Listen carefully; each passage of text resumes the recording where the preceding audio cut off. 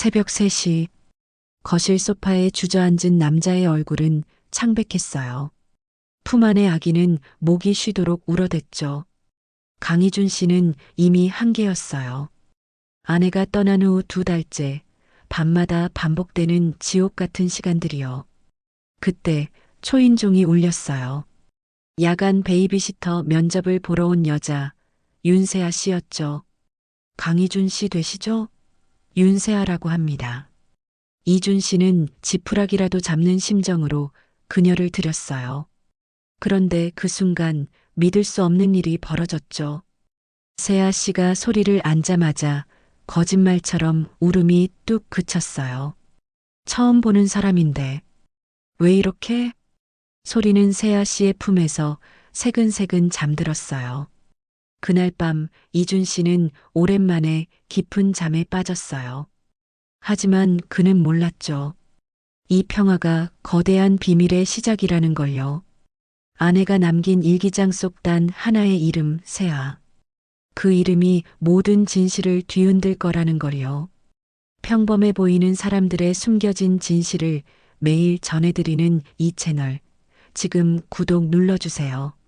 강희준 씨의 악몽은 2달 전부터 시작됐어요. 아내 서아윤 씨가 교통사고로 세상을 떠난 그날부터요. 생후 넉 달이던 소리는 밤새 울었어요. 달래도 소용없었죠. 소라, 제발. 아빠 좀 쉬자. 거울 속 자신은 수척해졌어요. 충혈된 눈, 거친 수염. 회사에서는 실수가 늘었고요. 집에 돌아오면 또 지옥 같은 밤이 기다렸어요. 이준 씨는 소파에 주저앉아 하윤 씨 사진을 바라봤어요. 당신이 있었으면. 하윤 씨는 생전에 이상한 말을 했었어요. 여보, 내가 만약 없어지면. 미안해. 무슨 소리야? 우리 오래 살아야지. 이준 씨는 농담으로 넘겼었죠. 그게 마지막 대화가 될 줄 몰랐어요. 어느 날 밤 소리의 울음은 절정에 달했어요. 이준 씨는 함께 울었어요. 미안해. 아빠가 부족해서. 인터넷 육아, 카페 글이 떠올랐어요. 야간 베이비시터, 생명의 은인이에요. 사흘 후, 한 통의 연락이 왔어요. 면접 날 저녁, 초인종이 울렸어요. 강희준 씨 되시죠? 윤세아입니다. 차분한 인상에 깊은 눈빛이었어요. 마침 소리가 보채기 시작했죠. 제가 안아봐도 될까요? 세아 씨가 소리를 안는 순간이었어요. 자지러지게 울던 소리가 뚝 조용해졌어요. 괜찮아. 무서웠지. 속삭이는 목소리에 묘한 애틋함이 담겼어요. 소리는 그녀 어깨에 고개를 기대고 눈을 감았어요. 이준 씨는 결국 그녀를 고용했어요. 그날 밤부터 기적이 시작됐죠. 하지만 마음 한구석엔 불안감이 자리 잡았죠. 며칠이 지나자 그 불안은 의심으로 변했어요. 세아 씨가 소리를 다루는 방식은 기술이 아니라 본능처럼 보였죠. 어느 날 저녁 이준 씨는 물었어요. 세아 씨, 베이비시터 일 오래 하셨어요? 아니요, 얼마 안 됐어요. 하지만 의심은 점점 커져갔어요. 소리가 자신보다 세아 씨를 더 편애한다는 사실이 가슴 아팠어요.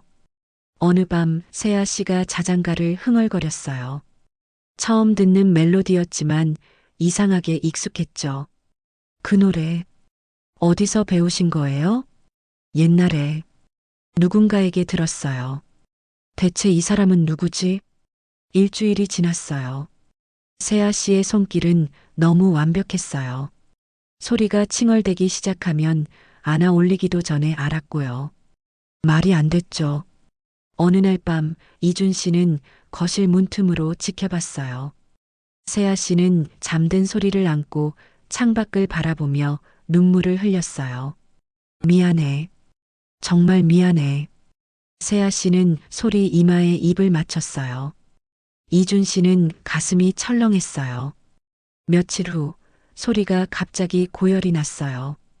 이준 씨는 당황했지만 세아 씨는 침착했어요. 열이 38도 5 정도면 괜찮아요. 어떻게 체온계도 안 보고 알 수 있죠? 이준 씨는 확신했어요. 이 사람, 뭔가 숨기고 있어.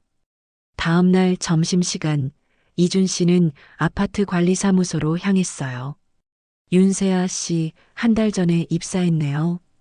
처음엔 주간 근무였는데 일주일 전에 야간으로 바꿨어요.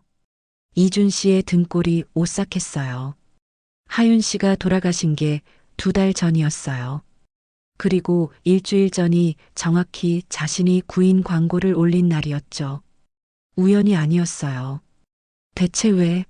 목적이 뭐지? 이준 씨는 집으로 돌아와 주저앉았어요. 두려움이 밀려왔어요. 저녁, 세아 씨가 왔어요. 이준 씨는 그녀를 관찰했어요. 세아 씨, 혹시 이 아파트에 아는 사람 있으세요? 세아 씨의 손이 잠깐 멈췄어요. 집이 가까워서요. 그리고 야간 근무로 바꾼 건요? 개인적인 사정이 있었어요. 긴장감이 흘렀어요. 세아 씨가 돌아간 후 이준 씨는 결심했어요. 하윤 씨의 서재를 뒤져보기로요. 천천히 문을 열었어요. 책상 서랍, 책장을 뒤진 끝에 낡은 가죽 다이어리를 발견했어요. 날짜는 없고 짧은 코드들만 있었죠. S 생일, S와 통화, S 약속. 페이지를 넘기다 한 문장에서 멈췄어요.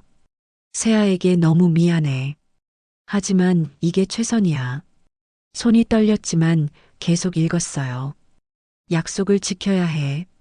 이준이가 알면 이 집이 무너질 수 있어.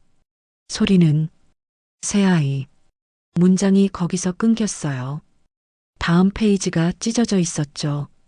그때 다이어리 사이에서 사진 한 장이 떨어졌어요. 빛바랜 오래된 사진. 젊은 하윤 씨가 누군가와 웃고 있었어요. 윤세아였어요.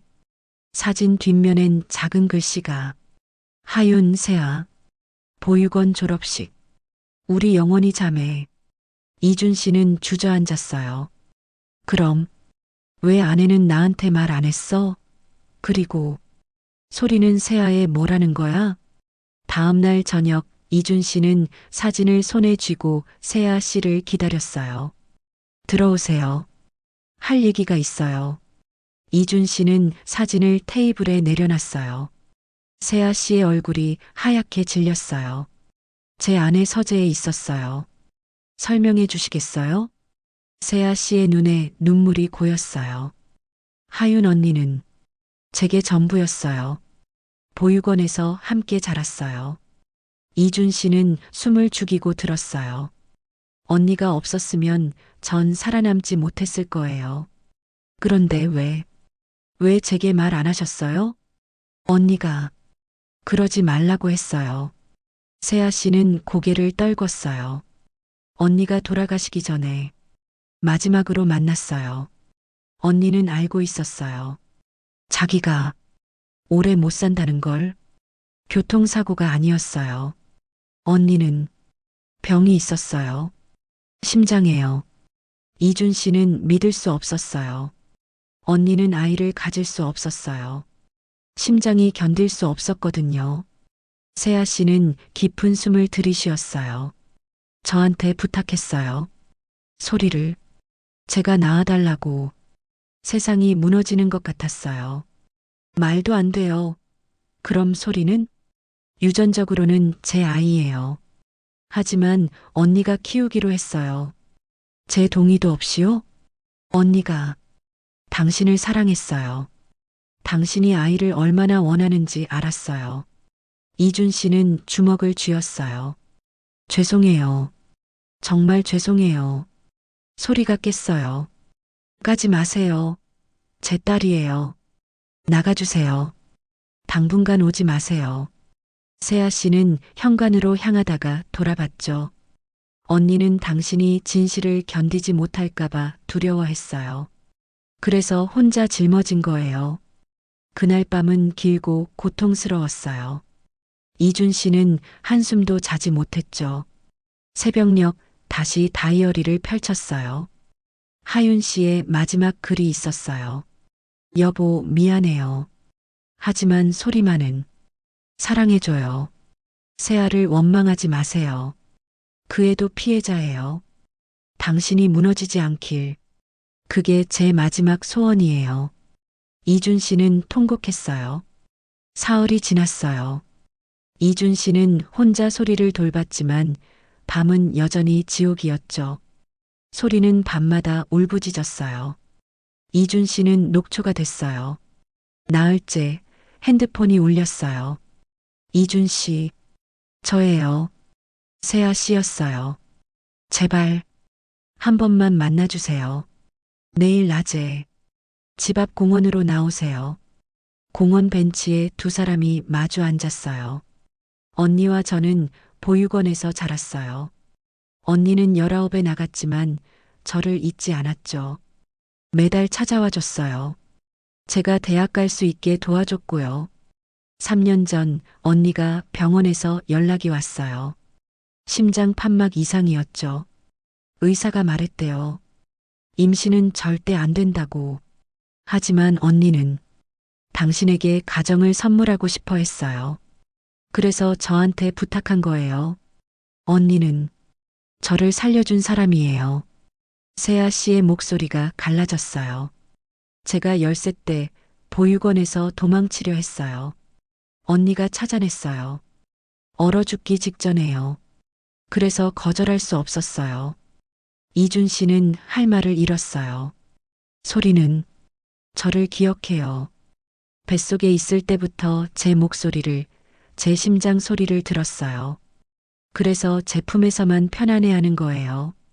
자장가도 임신했을 때 매일 불렀던 거예요. 언니가 함께 만든 노래였죠. 모든 퍼즐이 맞춰졌어요. 이준 씨, 저는 소리의 엄마가 되려는 게 아니에요. 그냥 지켜보고 싶어요.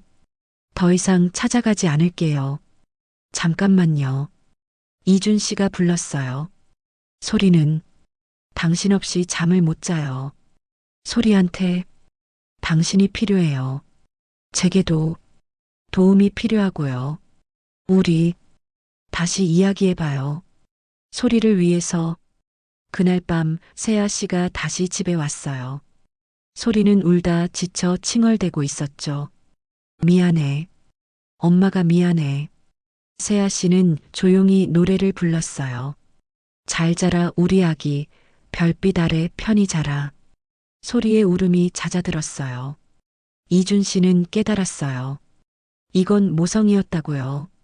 소리가 완전히 잠들자 거실로 나왔어요. 하윤이 편지를 남겼더라고요. 이준 씨는 다이어리를 꺼냈어요. 세아를 원망하지 마세요. 소리는 두 사람이 지킨 기적이에요. 세아 씨는 흐느꼈어요. 당신도 힘들었겠어요. 10달 동안 아이를 품고 낳고 떠나야 했잖아요.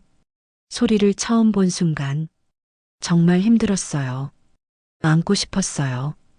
엄마라고 말하고 싶었고요. 하지만 약속했으니까 외국으로 떠났죠. 하윤이도 당신 얘기를 했어요. 가끔 친구가 보고 싶다고요. 둘은 한동안 말없이 앉아 있었어요. 소리한테 언젠가 말해야 할까요? 소리가 자라서 물어보면 그땐 말해줘야죠. 당신이 얼마나 소리를 사랑했는지, 하윤이가 어떤 선택을 했는지. 전 아직도 혼란스러워요. 아내가 저를 속였다는 게 화나지만 동시에 이해돼요. 언니는 당신을 정말 사랑했어요. 세아 씨, 소리 곁에 계속 있어줄 수 있어요? 정말 괜찮으세요? 소리한테 필요해요. 그리고 저도 혼자서는 안 될 것 같아요. 감사합니다. 정말 감사합니다. 거짓말은 그만해요. 이제부터는요. 소리를 위해서 우리 솔직하게 지내요. 세아 씨는 그 손을 잡았어요. 그날 밤부터 모든 게 조금씩 달라졌어요. 어느 날 이준 씨가 물었어요. 세아 씨, 그 자장가 가사가 뭐예요? 잘 자라 우리 아기, 별빛 아래 편히 자라. 엄마의 품은 따뜻하고 아빠의 사랑 가득하니. 이준 씨는 울컥했어요. 하윤 씨가 만든 노래였던 거죠. 두 사람은 잠든 소리를 내려다봤어요. 이상한 가족의 형태였지만 괜찮았어요. 사랑으로 이어진 가족이었으니까요. 석 달이 흘렀어요. 이준 씨의 집 거실엔 웃음소리가 돌아왔어요. 어느 토요일 오후 소리가 처음으로 뒤집기를 했어요. 와, 소리가 해냈어. 세 사람은 웃었어요. 저녁을 함께 먹으며 하윤 씨 이야기를 나눴어요. 이젠 자연스러웠죠. 밤이 됐어요. 세아 씨, 이제 이름으로 불러도 될까요? 편하게 불러요. 여전히 어색했지만 둘 다 웃었어요. 세아, 저 부탁이 있어요. 이준이 진지하게 말했어요. 경비일 그만두고 낮에도 소리를 봐줄 수 있어요? 우리 소리를 함께 키워요. 제대로요. 저는 자격 있어요. 소리 엄마니까요. 세아는 울음을 터뜨렸어요. 며칠 후 세아는 경비실 숙소를 나와 작은 원룸을 얻었어요. 이준의 집에서 가까운 곳이었죠. 매일 아침 세아는 이준의 집으로 출근했어요. 소리를 돌보고 밥을 하고 집을 정리했죠. 이준은 퇴근하면 세아와 함께 저녁을 먹었어요. 이상한 가족이었지만 행복했어요. 어느 일요일 세 사람은 공원에 나갔어요. 벤치에 앉아 햇살을 쬐었어요. 하윤 언니가 보면 좋아할 것 같아요. 지금쯤 웃고 있겠죠. 소라, 너는 정말 많은 사랑을 받고 태어났어. 엄마의 사랑, 세아의 사랑, 그리고 아빠의 사랑. 우리 소리 행복하게 자라렴. 햇살이 따스했어요. 세 사람은 그렇게 오래 앉아 있었어요. 끝이 아닌 시작이었어요. 새로운 가족의 시작이었죠. 여기까지가 소리와 두 사람의 이야기였습니다. 평범해 보이는 사람들의 숨겨진 이야기, 매일 새로운 이야기로 찾아뵙겠습니다. 구독과 알림 설정 부탁드려요.